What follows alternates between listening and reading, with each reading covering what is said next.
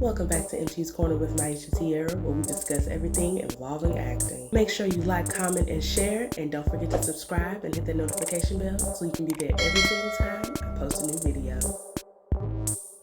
Hey y'all! So, one of my favorite YouTubers, Impressive, spoke on this topic, and I wanted to give my own perspective on it. First of all, I didn't even know Loni Love auditioned for Girlfriends at all, but why would I know? I've auditioned for a lot of big projects you would be surprised to know about, including projects attached to the likes of Janelle Monáe. However, I don't mention them because I didn't book them. Keep y'all fingers crossed for your girl for real. Now, let's get into it. Loni mentioned in her book, I Tried to Change So You Don't Have To, that she was rejected from the cast of Girlfriends. And I have to get this book, y'all, because I love reading Black actors' autobiographies. I learned so much about their lives I would have never known. For those that don't know, Loni Love is a comedian and talk show host on The Real, and she grew up in the Brewster Douglas projects in Detroit. After college, she moved to Hollywood to pursue comedy and eventually wanted to land her own TV show. When she got there, she started to realize the biases in the industry and how, because of what she looked like, a dark-skinned, heavier set Black woman, they wanted to box her into roles as the loud, sassy friend, comic relief, a hood girl, but never anything else. And that is true, y'all. I'm a darker Black woman. I have 4B, 4C hair, and I either wear it in a twist out or in braid. I'm tall and I have a bigger chest, and a lot of times I'm being called in for somebody's baby mama or crying over my child passing away. That's in the TV and film world. However, in the theater world, I'm actually allowed to be more free and true to who I really am. I remember when I finally received my first sexy friend audition from an agent and had to double check to make sure they wanted me to audition for the role. For real. Sometimes these people have us out here losing our minds trying to give them what they want so we can land a role. Let's fast forward a few years, and now it comes time for Loni to audition for Girlfriends. She auditions and she's rejected. Like so many actors get rejected every single day. However, she felt it was because she didn't fit the look that they were going for in the show. Check this out. I'd gone to an audition for a TV show that was in development at the now defunct UPN network. The open casting, which was posted in Backstage LA, called for someone to play a 20-something professional Black woman as part of an ensemble cast in a network sitcom about single life in LA. As a 20-something professional Black woman living single in LA, I was perfect for the role. The only thing that would have made me a better fit for the part is if they included my shoe size. When I arrived at the audition, I found the waiting room filled with Black women of all shapes and sizes, just like real life.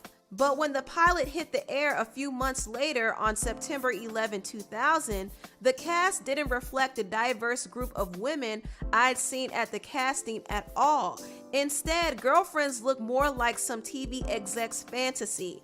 Each woman was the size of a toothpick. How are you going to have a show about Black women's sister friends and every single woman is a size 2? Don't get me wrong, I know Girlfriends, which featured the brilliant Tracee Ellis Ross in her first primetime starring role, is one of the best and funniest sitcoms of the early 2000s. At least that's what I've been told. I was so disappointed I hadn't been cast that I would run to change the channel every time the show came on. For 8 years, while Girlfriends was on the air, anytime Tracee Ellis Ross flashed across my screen, I'd hit the living room floor doing shoulder rolls like a Navy SEAL diving for the remote. At first, I was convinced I didn't get the cast in Girlfriends because I wasn't talented enough. But sitting on my sofa after the incident at the grocery store, a thought struck me for the very first time. Maybe that little brat in the cookie aisle understood more about the industry than I did. Maybe I didn't get the part because I didn't look the part. Maybe I didn't have a chance at TV because I was too fat. If I were a white man, my weight wouldn't matter. Kevin James, Chris Farley, Norm from Cheers, Roseanne's husband Lou Costello, Santa Claus, I could think of plenty successful full-figured white guys. Even porn star Ron Jeremy, who was fat as and worked in the nude, had an easier time getting ahead in show business than I did.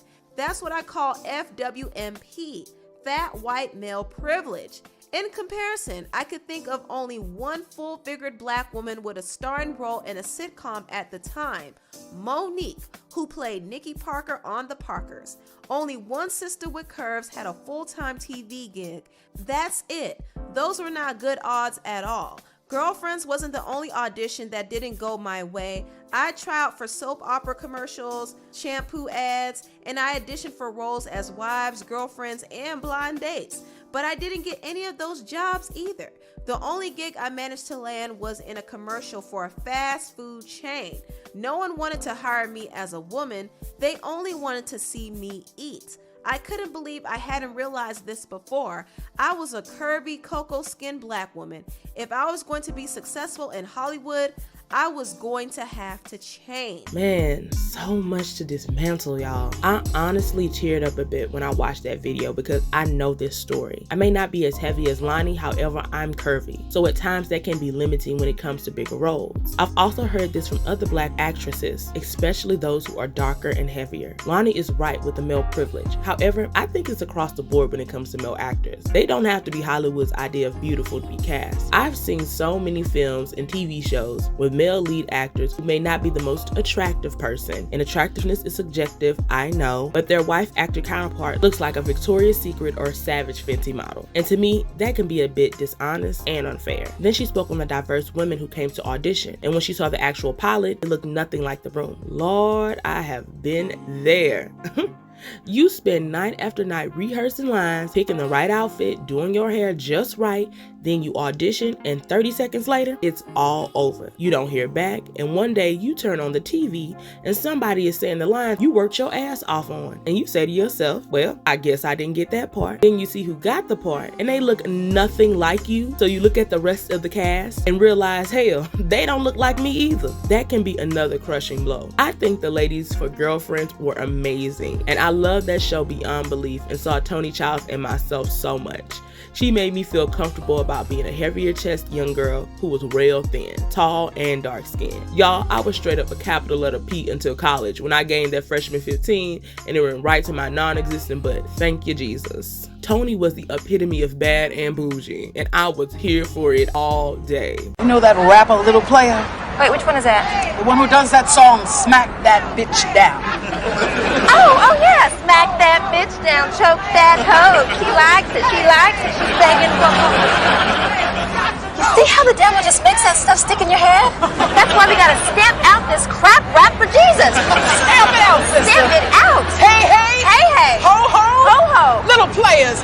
Got to go. Now to me, Girlfriends was the counter to Sex and the City for black women. I didn't notice the lack of body sizes, honestly, until Loni pointed it out. I also feel that Girlfriends came at a time when thin was in. However, this show, to me, was a cast so well. The chemistry these ladies shared on screen was everything. And I would actually love to see what Loni did in her audition, but because I can't picture anyone else doing those parts. I know there are thin black women in the world. All of us don't have curves. And there's also heavier black women in the world who don't have the hourglass IG standard for heavier women. And that group I feel is very much so underrepresented in the media, especially during that time. As Loni mentioned, the only black heavier set woman who had her own show was Monique. And she pretty much had all the roles back then that called for a heavier black woman who had to be funny. They weren't creating roles for them. And honestly, at times, even to this day, if you don't have a connect, you don't even get a chance to audition for some of these parts that don't call for you to be a stereotype. Let's go back to her comment about Monique having her own show. I love me some The Parkers, which is a spinoff of Myesha if y'all didn't know. Come on, Mo, and show your wicked stepsisters who's worthy of a prince.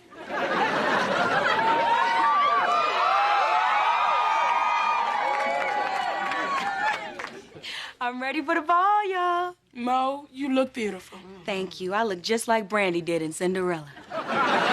Now let's focus on Nikki Parker. She was hilarious and fashionable. However, as an adult, I can see how some of what they were doing was problematic. They loved to play the fat and undesirable jokes on her. Oh, that's my song.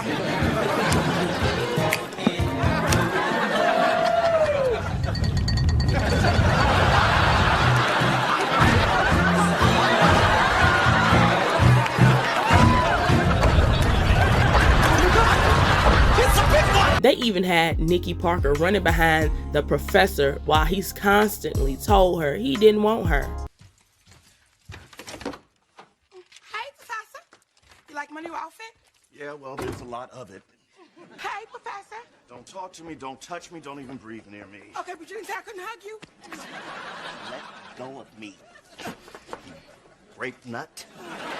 Are all the women in your family insane? Only in the bedroom.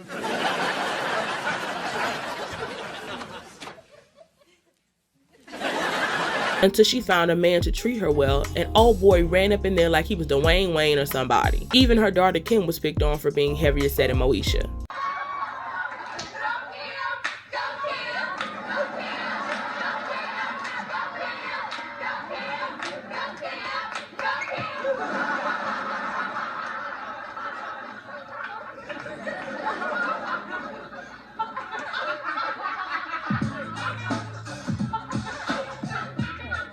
As well as running after men who didn't want her in earlier seasons. I could just say that was the times. However, even in current TV and film, people still use some of those tired jokes to get a laugh. The industry has to do better because everyone wants to see themselves reflected on the screen in a positive manner. I will say there was one show in the 90s that had black women of all sizes, and that was Living Single. Each woman looked completely different, and y'all already know Maxine Shaw, attorney at law, will always be my girl. One thing I can say about both Living Single and Girlfriends is they both showed true sisterhood between black women in the good times and the bad. Now, I definitely feel for Loni and women like her. This idea of the standard of beauty needs to be redefined, and I'm so happy to see creators like Issa Rae with Insecure is making that happen. So, in the words of Hip Hop Harry, go, go, go. Who's next? Let me know your thoughts below. Do you think looks should be such a huge factor in the TV and film industry? Do you think Loni would have made a good Girlfriends cast member? Do you relate to Girlfriends or Living Single? Don't forget to like, comment, share, and subscribe. Y'all stay safe out there, and I'll see you online next time.